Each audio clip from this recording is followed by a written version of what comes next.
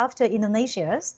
However, Vietnam's strong economic growth is now based on an energy-intensive consuming economy, especially the demand for the electricity, in which the coal-fired power source account for about 40% of the country's total electricity demand. So in line with the SDG7 roadmap, the practical developments of the energy sector in Vietnam recently show that the goal of ensuring national energy security is still facing many challenges. Domestic energy supply is not enough to meet the requirements, and the structures is imbalanced. The dependence of energy import in Vietnam is increasing now. So faced with the difficulties in ensuring energy demand for the economic developments, maintaining the national securities, focusing on the energy transitions, ensuring national energy security, moving towards sustainable energy developments, and meeting the international commitments on climate change and in line with the SDG7 roadmap are the identified as the key and throughout the targets in Vietnam national energy development strategies. So in the last year, the Politburo of Vietnam have the orientations on the national energy development strategies to the year 2030 with the visions to 2045. In which we target to firstly to ensure the national energy securities as the foundations for the social economic developments, to reduce the impact on the environment through the developments of incentive and encouragements on the renewables energies and energy efficiency.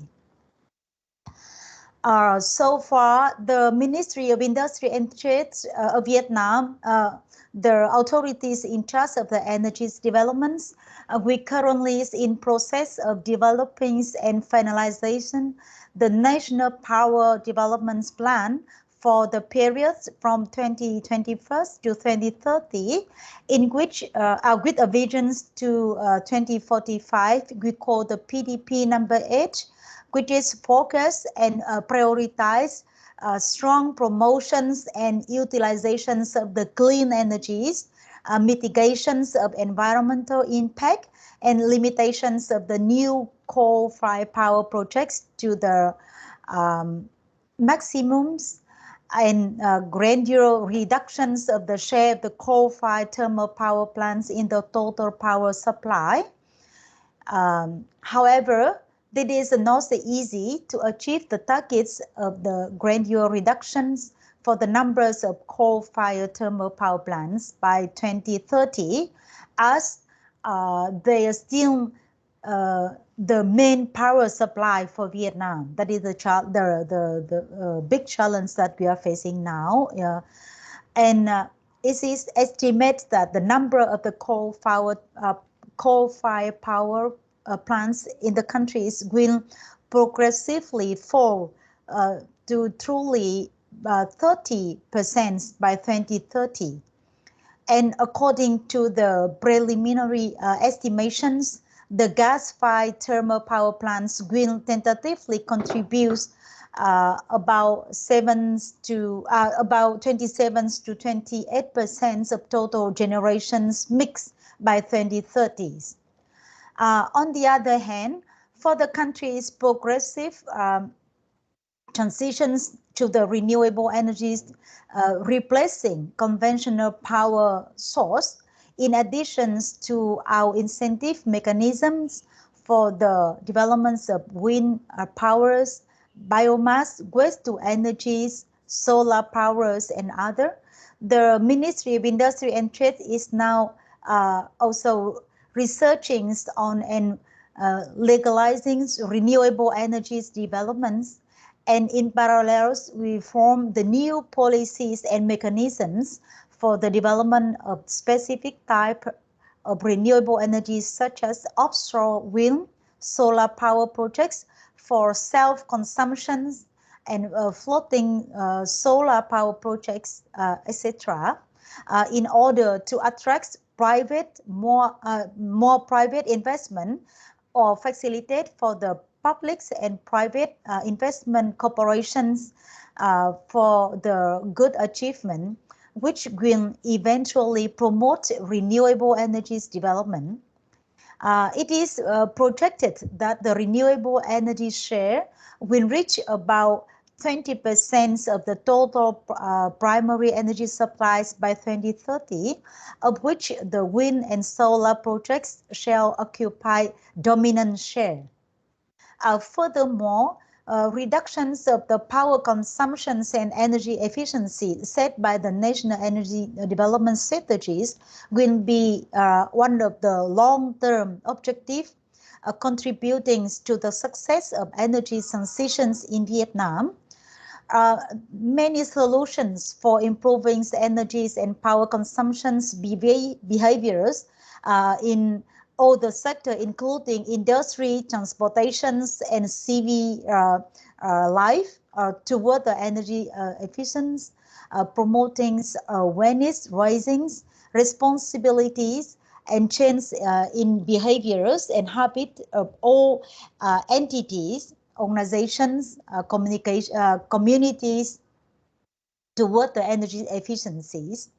The integrations of technologies and technical solutions into the relevant program plans have been implemented to achieve the targets for around 7 and 40% energy savings in the total final energy consumptions against normal business scenarios by 2030 and 2045, respectively.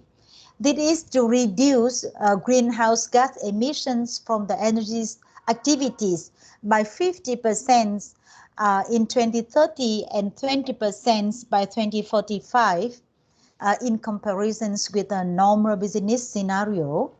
So we do believe that our synchronous solutions for realize Vietnam's strategic orientations of developments of energies, green enable sustainable innovations and developments of our energy facilities to achieve the targets set in the SDG7 roadmap.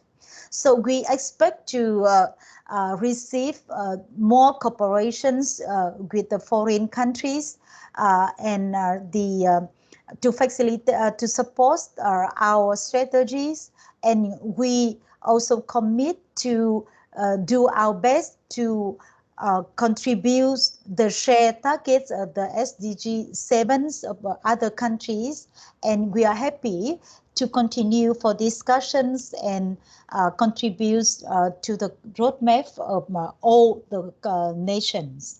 So thank you very much for your listening, and I will be happy to share more view if you have any questions on the Vietnam situations. Thank you very much.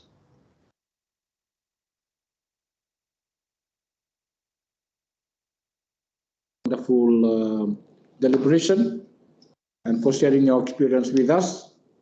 It's quite interesting to note that you have 40% of your generation from coal, and your plans in terms of transitioning to renewable energy, given the rapid growth with the Vietnam economy. So now we'll move on to Nepal. We'll invite Mrs. Sujana Timilsina, engineer from the Ministry of Energy, Water Resources and Irrigation, to give a deliberation. Mrs. Timilsina, the floor is yours. Thank you so much. Honorable Minister for Infrastructure and Meteorological Services, Government of Fiji, Honorable Ambassador, Embassy of Nepal, Honorable Under-Secretary General of the United Nations and Executive Secretary of the ESCAP, distinguished members, guests, and attendees. I feel honored to be a representative of my country, Nepal, and speak on behalf of Ministry of Energy, Water Resources, and Irrigation. I would like to thank ESCAP for providing an opportunity for the government of Nepal to present its views and to share their experiences on the SDG7 roadmap. A country with abundant water resources, 2/3 of Nepal's electricity demand is met through the hydro-generated energy. Nepal has made a significant jump in the energy sector as electrification access in the country has reached 93%, with the population having access to reliable and continuous energy supply.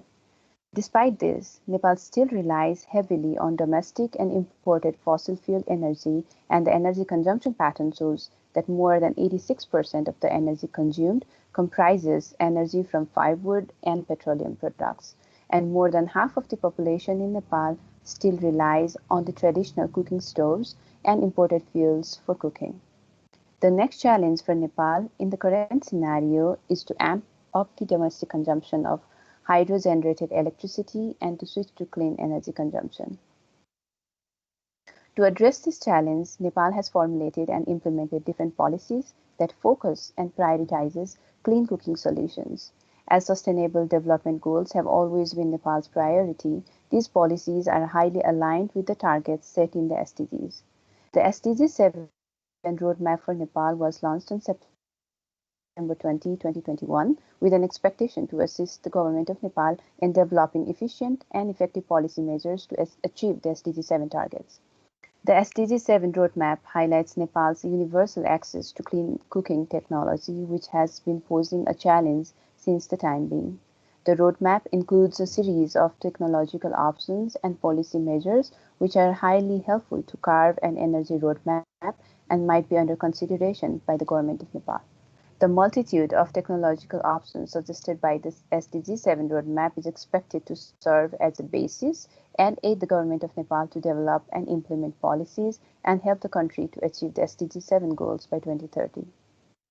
The ministry was actively involved during the preparation of the roadmap, and I would like to further add that the government of Nepal is well aware of the 4 key recommendations set by the roadmap to help Nepal achieve the SDG7 targets, as well as taper off the reliance on imported energy sources. The government of Nepal believes the targets laid out will be achieved with the combined and integrated effort and cooperation between the concerned stakeholders. The crucial role played by all the concerned stakeholders in the roadmap preparation is highly appreciable, and they do deserve a special thanks and appreciation for their active involvement. We expect that the support by the ESCAP during the development process of the SDG7 roadmap will be continued in future during the implementation process as well. The government of Nepal is committed to the implementation of the roadmap with no stones unturned and strongly believes that all the concerned stakeholders are more than willing to offer their full-blown experience for the achievements of the targets set by the roadmap. We believe that our experience will be a successful example for other countries who are on their way to achieving universal access to clean and reliable energy. Finally, the government of Nepal again offers the words of appreciation and thankfulness to all who were actively involved in the roadmap preparation, and I'd like to congratulate all in advance for the achievement of the roadmap targets. Thank you so much. Thank you, Ms. Timblsina, for sharing your experience, particularly with the strategies that are in place towards transitioning to renewable energy and even to clean cooking. As you mentioned, that 50% of the population still relying on traditional cooking fuel. So we hope with the plans that you have, we'll be able to move towards achieving the SDG roadmap, and also with other strategic planning framework that you have within the country. Next on the list, please, we welcome the representative from the Iskandar Regional Development Authority of Malaysia, Mr. Faisal Ibrahim, Senior Vice President, to give his deliberation. Mr. Ibrahim, you have the floor.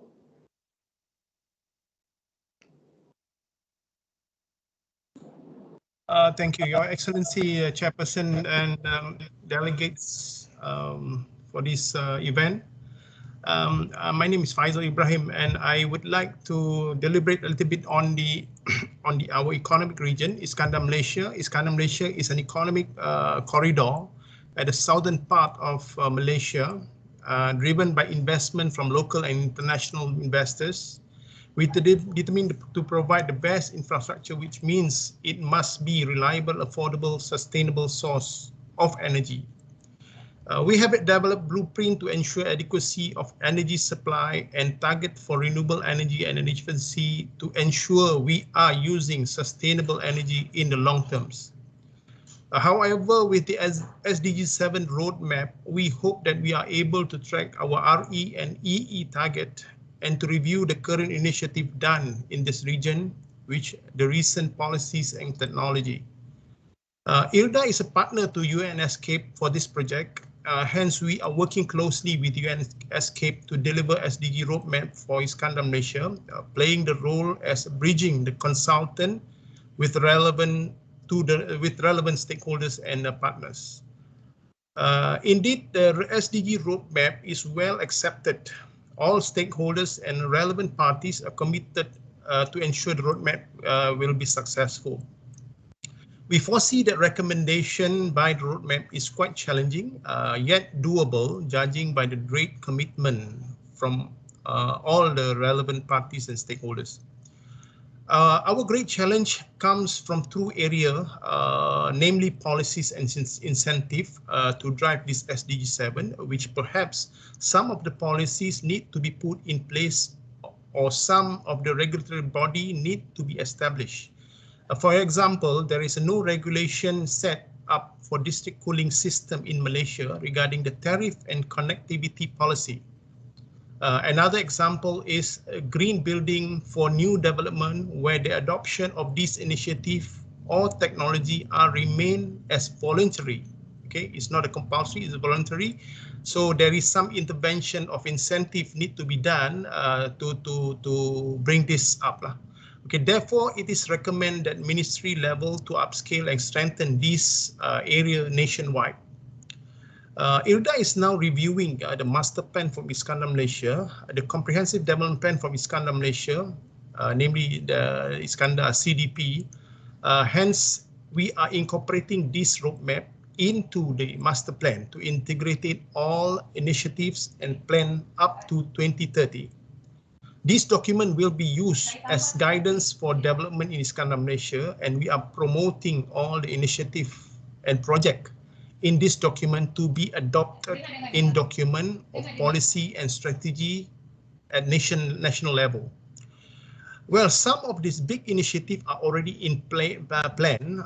For example, Iskandar Malaysia Bus Rapid Transit is a public transportation bus system which is expected to reduce the fuel use by private vehicles and eventually the GHG emission in Iskandar, Malaysia. As already passed the pilot testing stage and currently is in detailed design approval process, the groundwork will be start very soon.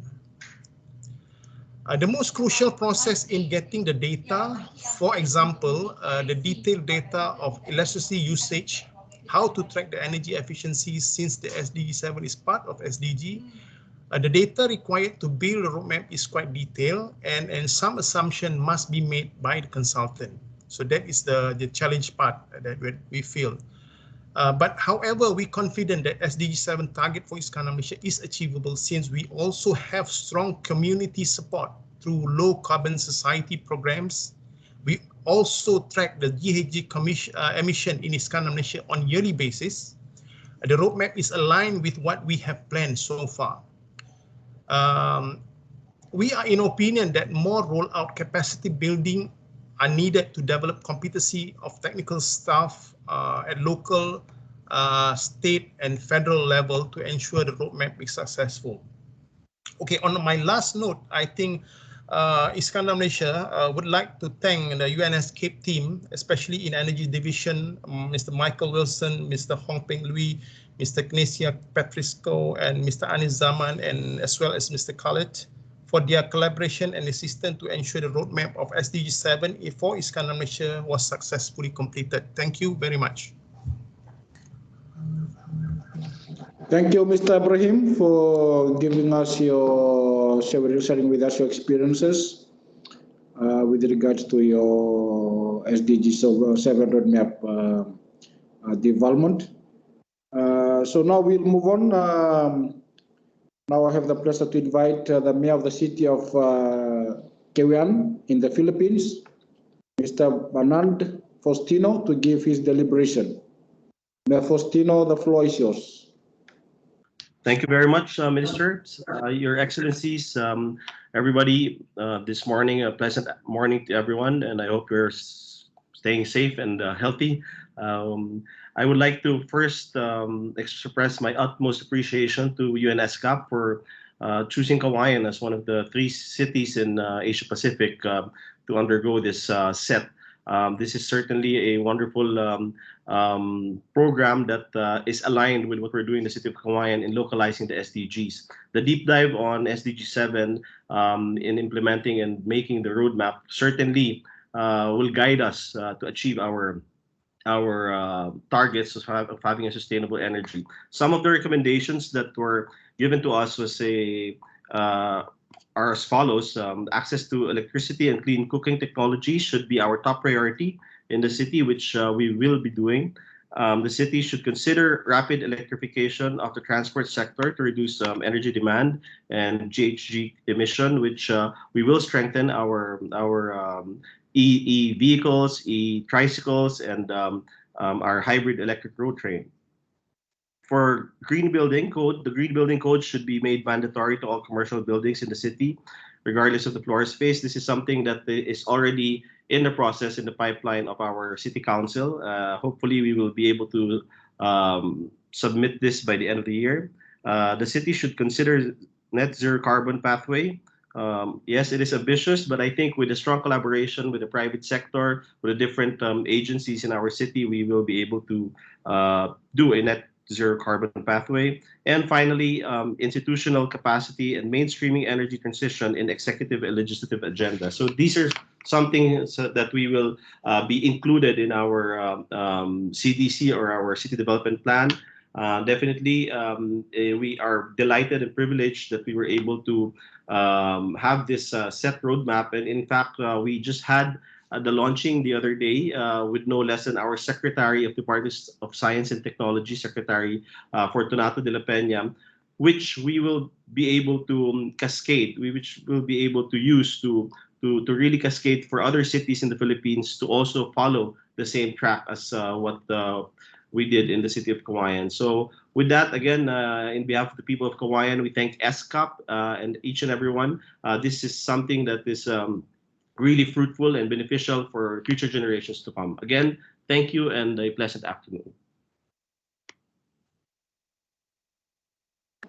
Thank you, Mayor Faustino, for sharing those your experience with regards to your SDG for the city of Cauayan, and also the deliberations that we had in terms of contextualizing the SDG roadmap into the development plans that you have in the city.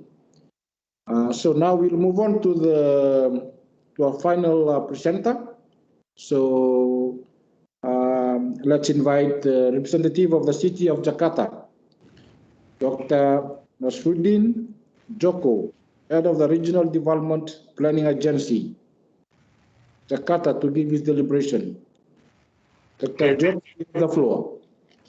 Okay, thank you, Excellency Chairperson. Good morning, ladies and gentlemen. Good morning from Jakarta. Jakarta is capital city of Indonesia. So Jakarta as the nation capital has developed into a center of economy, business, technology, art, and science. And Jakarta has a population more than 10.5 million people and more than 30 million people in greater Jakarta metropolitan area. And also I would like to inform you, at the same time, we also realize that the use of energy that is not environment friendly can lead to carbon emission and air pollution. DKI Jakarta has also included SDG7, and SDG 13 in its SDG Regional Action Plan. Jakarta SDG Regional Action Plan effective from 2017 until 2022. In this document, we have 253 indicators at all 17 SDGs goals. So since 2009, 30% greenhouse gas emission reduction target, which we hope to achieve by 2030. We have translated the target into a set of detailed sectoral target and action in 2012, mainstream them into the city program and activities, including the most current long and mid-term development plans. And we have analyzed that government programs under our authority, we only cover half of the target. While this is our biggest challenge, we have fully realized that action should indeed be collective effort from government, private sectors, and civil society. Hence, we classify action based on collaborative approach stated in our SDGs Regional Action Plan. Various efforts, actual initiatives, and programs have been made to move toward a sustainable energy transition. The key action to make this happen is internalizing policy related to energy and emission reduction into regulation and planning document. We have issued some legal document that regulate regional spatial plan in 2030, regional action plan for reducing greenhouse gas emission, green building, climate change mitigation and adaptation working, the development of the climate village program and air quality control, etc. So implementation of the regulation has had a positive impact on the SDGs goal achievement. Realizing how transportation sector has been the dominant contributor for worsening the air quality, we in Jakarta focuses on expanding more efficient and integrated mode of mobility with a massive pedestrian way construction, building bike lane across the city, expanding MRT, mass rapid transportation, and bus rapid transportation, and light rapid transportation network, plus transforming all our diesel buses to be electric buses, and implementation of low emission zone. We are happy to say that there have been a breakthrough as the public transport user increased up to 82% from 2017 to 2019. In 2021, this year, we will honor the first place at the 2021 Sustainable Transportation Award. It is important to note that the program success can be accelerated through collaboration with international partners and initiative in the global community, for example, with the national government for promoting biodiesel, green fuel, and also renewable power plant. With the private sector to push them follow the building permit of more efficient energy on building construction through the Green Building Initiative, and attract project investment utilizing clean energy and energy saving at community level. We have rolled out several actions. First, climate village program in 83 neighborhood units in 2018, and we will scale up, hopefully cover all area by 2022.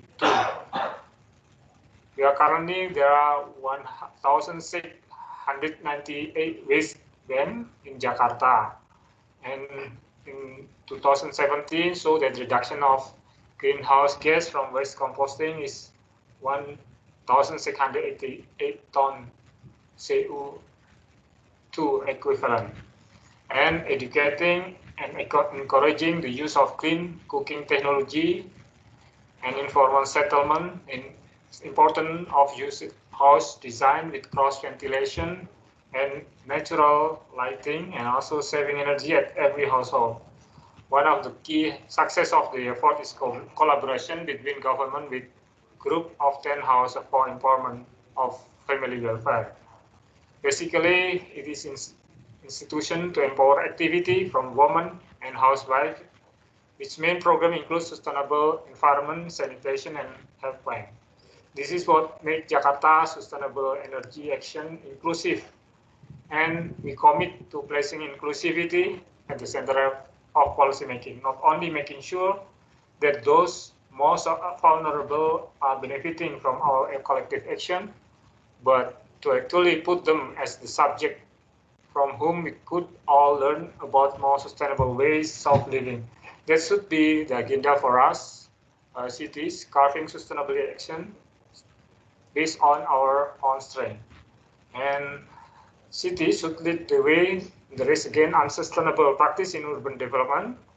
And cities surely have been the growth machine upon which our civilization is built, especially with the continuation of urban and economic growth. And in developing countries like Indonesia, energy sources mostly come from non-renewable energy such as coal, fossil fuel, and natural gas.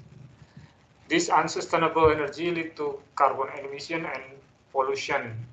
So the emission come from electric energy consumption, direct emission source such as transportation, commercial household, power plant, waste, and agricultural, forest, and other land use.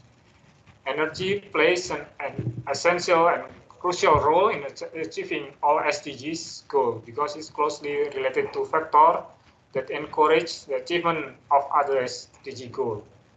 For instance, with the existence of sustainable energy that reaches the entire community, the quality education can be improved, considering that the current implementation of education is very dependent on the advance in information technology, which of course is also very much determined by the supply of energy to power the gadget. People cannot do the distant learning that is commonly used during current pandemic without availability of sufficient energy. The quality of education is also influenced by the condition of teacher and student. Without suffering pollution, they will be healthier and can carry out the teaching and learning process better. This is just one example that illustrated how important energy is for achieving the other SDGs goal. With UNFCCC COP26 Glasgow only a few days away, DKI Jakarta recognized the importance of transitioning to sustainable energy. This is in line with the Jakarta emission reduction target in 2030.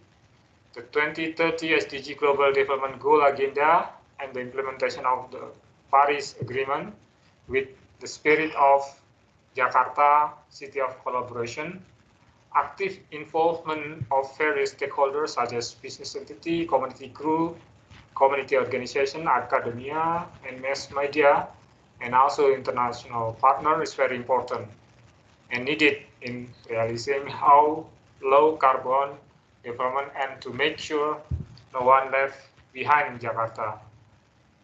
We welcome all stakeholders to collaborate with Jakarta. Lastly, thank you for all panelists and participants of this event. Thank you very much for your attention. Thank you.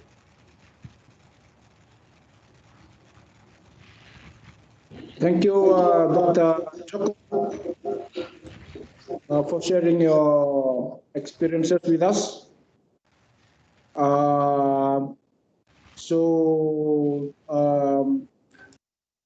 Colleague, and now we've come to the end of the discussions from the respective countries. It's very interesting to hear all the deliberations and experiences and the lesson learned from countries and cities that have developed the SDG7 roadmap. It's now time for an open discussion on the challenges and opportunities and common recommendations across countries. To moderate this session, I would like to pass the floor to Mr. Michael of ESCAP. Michael, you have the floor. Thank you, Mr. Chair, and a special thank you to all of the representatives of countries and cities who just spoke. I think that was an incredible wealth of experiences. and it's a real pleasure to hear, directly from you your experiences. So we have a short time for open discussion, which we did want to do. It's slightly curtailed, but rest assured, if there are more issues that we wish to surface, we can carry those over into the afternoon. So what we're interested in hearing is your perspectives, your ideas, your comments on what you just heard, particularly focusing on what are sort of the common threads emerging from these roadmaps, and how could we as ESCAP Secretariat take these further through our work program? Are there sort of common needs that have been identified that we need to help build capacities? Are there knowledge or information gaps that we need to fill with our programs? Because this is really interesting for us, how we pick up on the roadmaps and assist the countries in the implementation. And if we can do that on a regional basis, it's even better. So in order to make a contribution, you feel free to raise your hand and I'll get to you. Otherwise, you can type your comment in the chat box, because we're intending to produce a meeting report, and all of your comments in the chat box are equally important, because we can read those, everybody can read them, and we can even respond to them. So the floor is open for any comments. Please feel free to raise your hand and I will come to you and open the floor. It's always difficult for the first person that wants to speak. We've done many of these meetings, and what we tend to find is that it's very slow to start, but then it's like a deluge of comments, and often we run out of time. But if somebody is brave enough to raise the first question, we'd be very happy to hear from you.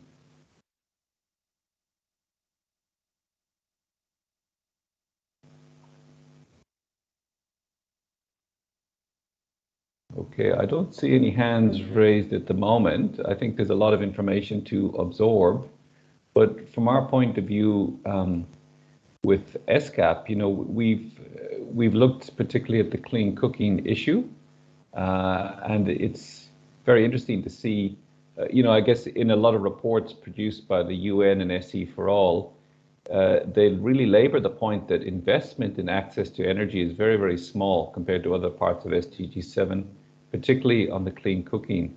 So it'd be interesting to understand a little bit more about what policies are emerging in support of clean cooking. This is an area of particular interest.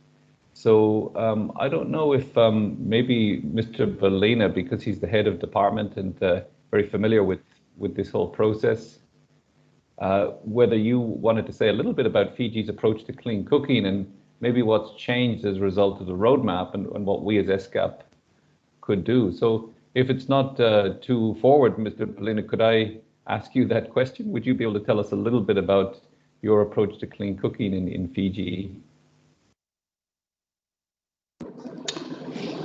Yes, thank you very much, Mr. Michael, for that question. Yes, just to share the Fiji's experience in terms of our transition towards clean cooking. Yeah, I think as alluded to earlier by my colleague, Mr. Taniela Tumbuya, that part of the SDG roadmap, Fiji has also developed clean cooking report, which we are currently sharing together with other government ministries and departments, as well as with the NGOs. Yes, for Fiji's case, from the report that was developed, whilst the target was there for us to move towards more energy efficient clean cooking fuels, particularly with LPG and even with electric stove. But most of our households, in terms of our rural maritime communities, are still relying on kerosene and even LPG. We also have quite a good number of percentage in terms of our rural maritime that still, even in the urban areas, that still prefer to use open fire or still relying on firewood. Maybe in terms of the move towards more efficient cooking fuel, we really need the support from government, and even with ESCAP, and with the other donor agencies that can come in to support support us in terms of moving towards promoting the use of clean cooking. In Fiji, due to our geographical locations, I believe our friend from Tonga have also explained on this in terms of the geographical location. The biggest challenge that we have is in terms of accessibility. Like we have a few companies in Fiji that are responsible for selling gas. We have Fiji gas and blue gas, but they are only present in the main islands or where the urban center is. We don't have the, even looking at the supply chain, they don't provide or they don't supply to those in the remote and maritime islands. So we need to establish that infrastructure or that supply chain in order for us to promote even LPG to our remote communities. And even looking at the electric stove, we got about 96% of our population that have access to electricity, out of which around 80% have access to grid. We only have one utility company in Fiji, the Energy Fiji Limited. So 80% of the population have access to grid. But you have the in terms of affordability for the households to purchase electric stove. So that's why we need to have the support from government, to provide maybe some sort of incentives, maybe subsidy, to allow our people to have access or to purchase electric stove. So I think very briefly, that is the scenario in Fiji. Whilst we try to promote clean cooking, on the other hand, we also have the challenges in terms of putting in place the relevant infrastructure, and also in terms of accessibility. Accessibility to the service being provided, or to the accessibility to the point of sale. So that's where I believe the local companies, the Fiji, the gas companies will have to provide the infrastructure support for them to reach out to these remote and maritime communities. Yeah, yes, absolutely. Yeah, that is very briefly. Just sharing our experience in terms of providing clean cooking, to our rural maritime and even to the urban areas. People, even we have in Fiji, we have a very small amount that still use electric stove. People still prefer to use LPG because it's affordable, it's easily accessible, and it's more safety for them to use. Excellent. Thank you, Mr. Belena, for that insight, and I'm sure many other Pacific countries are facing similar challenges. Just a couple of comments that are coming in on the chat box. The first is about the presentations. What I'd like to share is that there's a meeting webpage, which you may have seen on the ESCAP webpage. If you Google the name of this meeting, you'll come up with our webpage. All of the presentations that will be given this morning and this afternoon will be posted there later today, so please consult that to refer to the presentations. We have a question from Ira Martina Drupadi. Her question is to the city of Jakarta, and it's how is Jakarta integrating energy access and climate resilience plans at city level?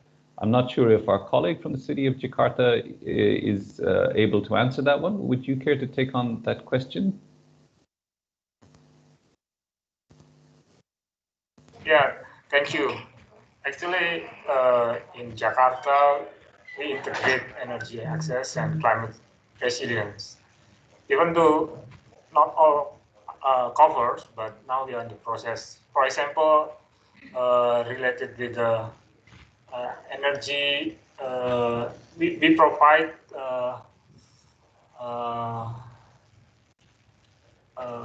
other not come from fossil fuel, for example, electric bus, and also we provide energy in Thousand Island with clean energy, such as using panel, using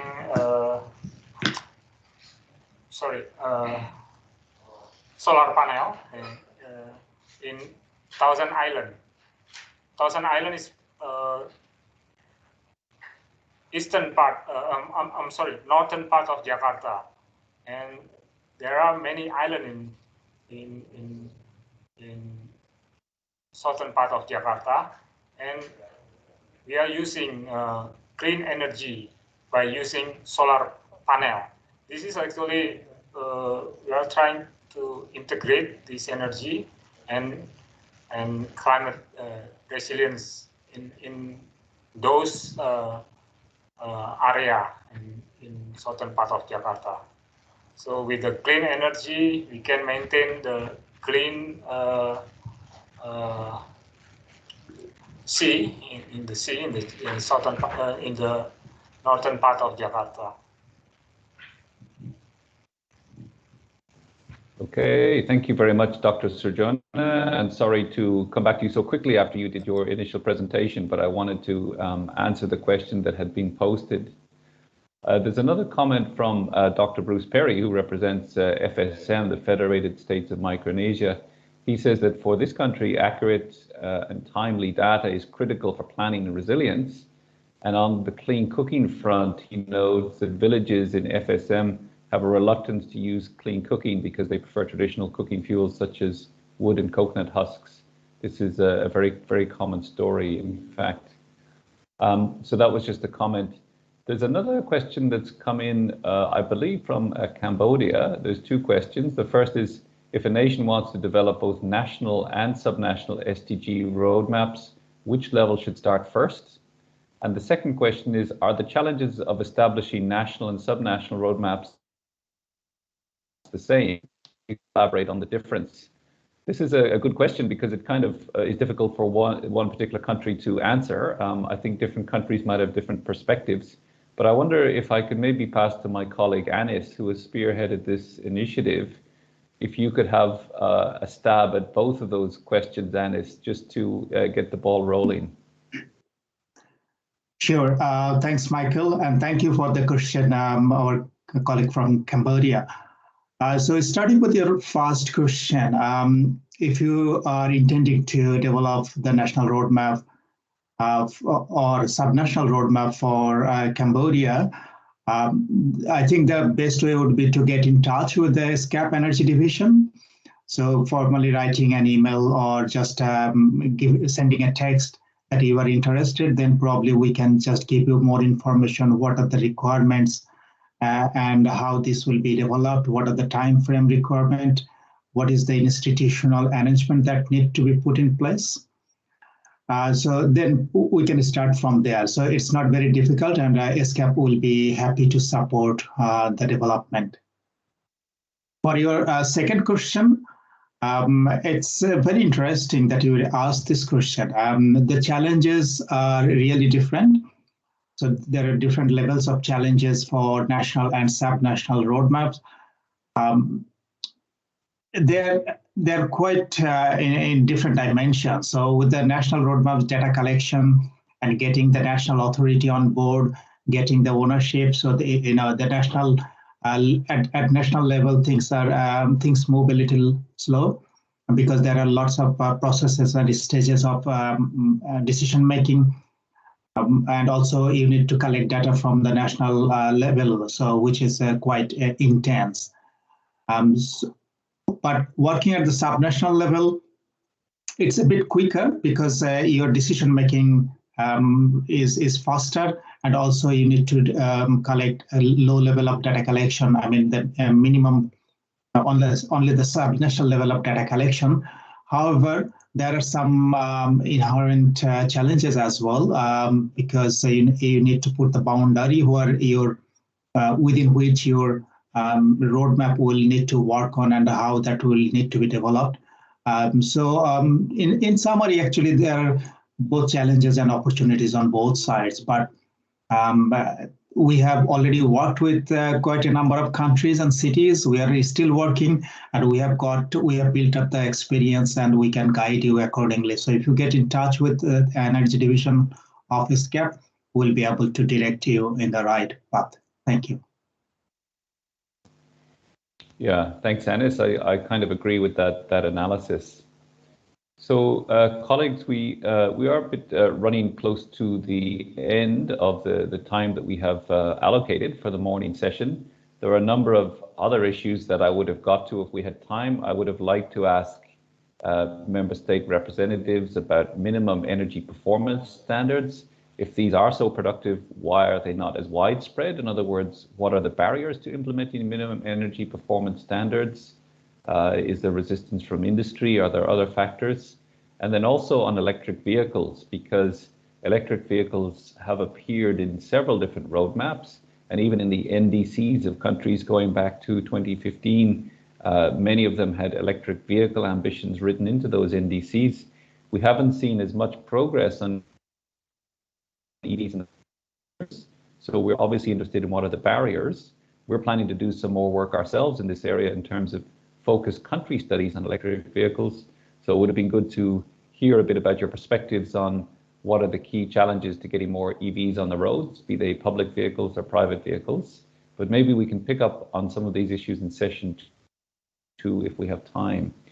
So in terms of the discussion now, what I would like to do is pass the floor back to our chair, Mr. Bellina, to close out the morning session. So over to you, Mr. Bellina.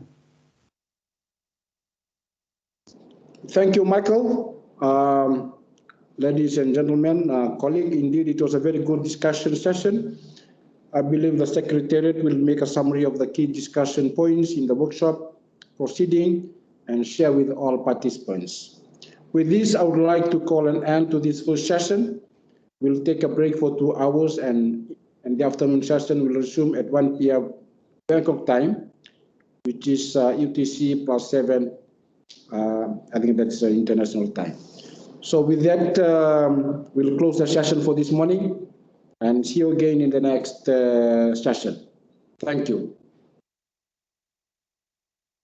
Thank you, everybody. And just to note, it is the same meeting link, so please use the same meeting link that you clicked on, and we'll see you back in the afternoon. Thank you very much.